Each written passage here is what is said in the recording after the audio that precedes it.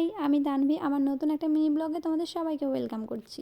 এই গাছটার পাতাগুলো না বেশ কিছুদিন পরিষ্কার করা হয়নি। আজকে একটু পরিষ্কার করার পরে গাছটা বেশ সুন্দর লাগছিল। পাতাগুলো যেন একটা নতুন রূপ খুঁজে পেল। আর এখানে সোফাতে সমস্ত খেলনা ছড়িয়ে ছিটিয়ে পড়ে আছে। পুচকুটা খেলা করেছে, সে এখন ঘুমিয়ে পড়েছে, আর খেলনাগুলো যেখানে সেখানেই পড়ে আছে। তাকে সাথে নিয়ে তো ঘর গোছানো একদমই যাবে না, তাই সে যখন ঘুমায় আমি তখন একটু একটু করে ঘরটা গুছাই। বাবু এখন নিচে ঘুমাচ্ছে আর আমি সেই ফাঁকে উপরে এসেছি উপরের রুমগুলো একটু পরিষ্কার করতে।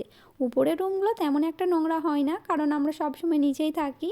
ওপরে শুধুমাত্র বাবুর খেলনাগুলো এদিক ওদিক হয়ে পড়ে থাকে, সে যখন খেলা করে সেগুলোই মাঝে মাঝে টুকটাক করে গোছাতে হয়। আর আমি ফার্নিচার, ওয়ার্ড্রপ এগুলো মাঝে একদিন করে সময় করে মুছে থাকি। আর কাজের দিদিরা প্রত্যেক দিন ওপর নিচ সবই মোছে। আমাদের এখানে না ধুলো থাকে না, আমাদের এখানে চারিদিকে শুধু কয়লার কালি উড়ে বেড়ায়, গুঁড়ো কয়লার উড়ে বেড়ায়। মানে এক দুদিন পর পর যদি না মোছা হয় সমস্ত জায়গা কালো হয়ে যায় একদম। এমনকি আমাদের বাড়ির নিচেও কয়লা আছে। রায়ান যেসব খেলনাগুলো নিয়ে বেশি খেলে, যেগুলো তার বেশি পছন্দ, সেগুলো তার হাতের কাছেই রেখে দিয়েছি। আচ্ছা, আমাদের মতো কি তোমরা কেউ আছো যে 1-1.5 মাস ঘুরে আসার পরেও ট্রলিগুলো তুলে রাখার আর সময় হয়ে ওঠে না?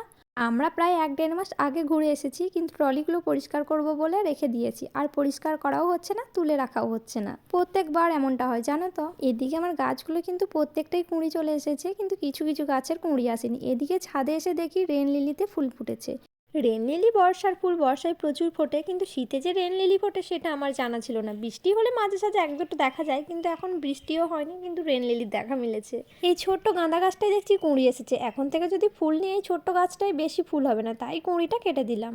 আজকের ওয়েদারটা না ততটা ভালো ছিল না, রোদের খুব একটা জোর ছিল না, হালকা রোদ ছিল।